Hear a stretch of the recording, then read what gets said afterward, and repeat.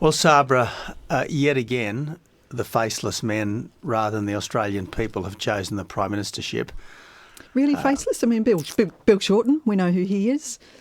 In the end, this was all about Mr Rudd and his restoration. It was all about what is best for the union movement, what is best to preserve the position of the people who pull the strings inside the Labor Party. And look, all right, they're backing their self-interest, but the people surely should now choose the Prime Minister and the government. And the real question for Mr Rudd today is, when is the election going to be? It is the Prime Minister's responsibility to name the election date. About the only thing Julia Gillard was successful at this year was naming an election date, and now even that is uncertain. Should people still go to the polls on September 14, or should it be earlier sooner, or later? What if it's sooner. Later? Look, an election can't come soon enough as far as the public are concerned. They're well and truly over this hung parliament. They're well and truly over the parliamentary shenanigans, the backroom deals, the stitch-ups, the backstabbing of the last 3 years. They want a return to strong and stable government. That means an election, and I think that means a vote for the coalition. What if the election date is stretched out to the end of November? Because legally, Mr Rudd could now do that. Sure, but there will be a wave of revulsion from the Australian people who will feel yet again they are being ripped off by a Labor Party which is only interested in itself and its interests, not in the Australian people and their interests. Kevin Rudd said he put up his hand for this job again because he didn't want to stand idly by to allow an Abbott government to come to power in this country by default. So he says it's all about you, in fact. Well, that's to the extent that it's not all about Kevin. That's what it seems to be. And look, my point is that politics shouldn't be about stopping someone.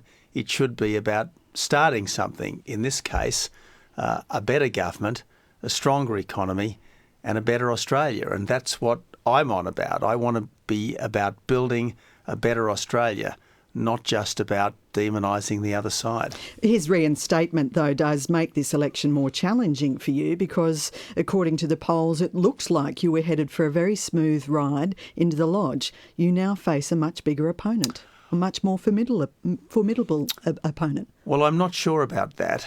Let's face it, last time I faced Mr Rudd, the Labor Party removed him in a vindication of the coalition's criticisms of him, and we've had at least a third of the cabinet resign since his return to the leadership, and plainly the existing cabinet has very little confidence in Mr Rudd, and they're the people who worked with him and know him. The policies that you have released to date are few. When are we going to see the rest of it?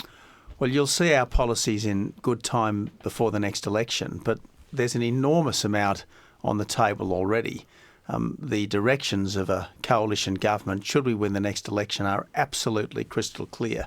The carbon tax goes, the mining tax goes, policies that have been proven to stop the boats get put into practice from day one. The budget goes back into the black, and we take the regulatory monkey off the back of small business. Now, when does the budget go back into the black? Well, as soon as possible. The trouble is it's never going to go back into the black under the Labor Party, because whether it's Julia Gillard leading them or Kevin Rudd leading them, they've got an addiction to spending and taxing. And this is something that we can guarantee will happen. If Labor is returned, taxes will go up.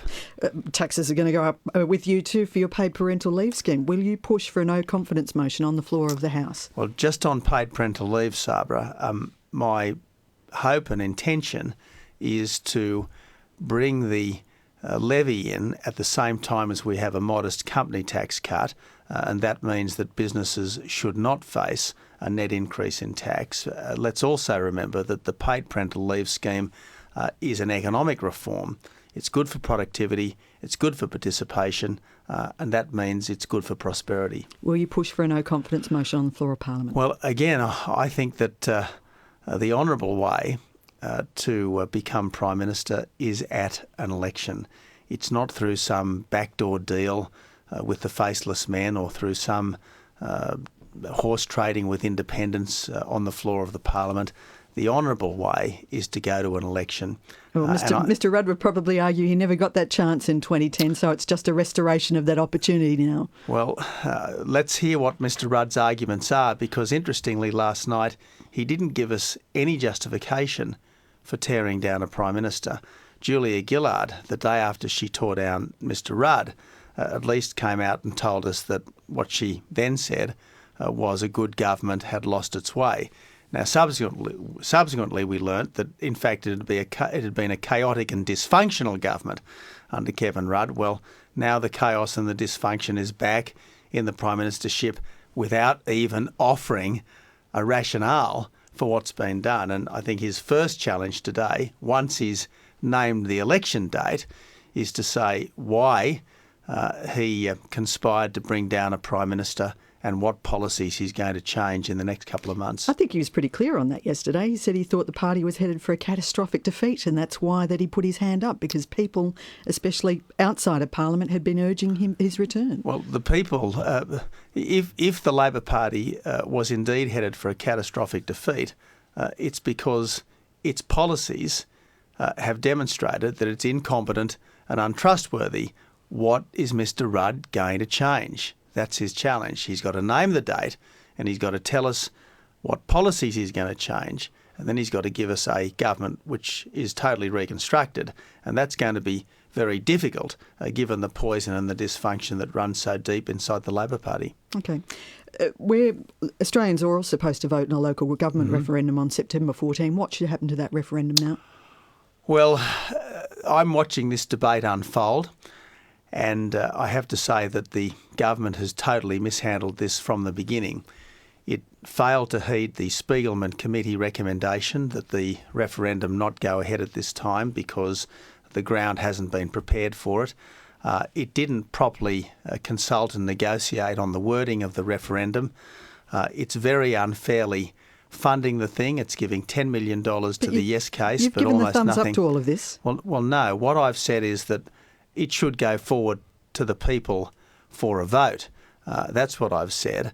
But the whole thing is being very badly mishandled, even to the point of being gagged through the Parliament. And it's a very good rule when you're looking at constitutional change. If you don't understand it, don't vote for it. If in doubt, say no. And as I said, I am carefully watching this debate unfold. If you've got all those caveats on it, why did you pass it through Parliament? Well, in the end, the constitution of our country belongs to the people, and the people should decide it. So I'm happy for the question to go forward, but I've got to say I have very, very deep reservations about the question and the process. Should it be cancelled? Well, if I was the Australian Local Government Association, I would be asking the government to have to rethink all of this. Let's face it, twice before this matter has gone to the people and been rejected. If it's rejected a third time, I think that's probably curtains for this. Tony Abbott, thanks for your time this morning. Thanks, Sabra.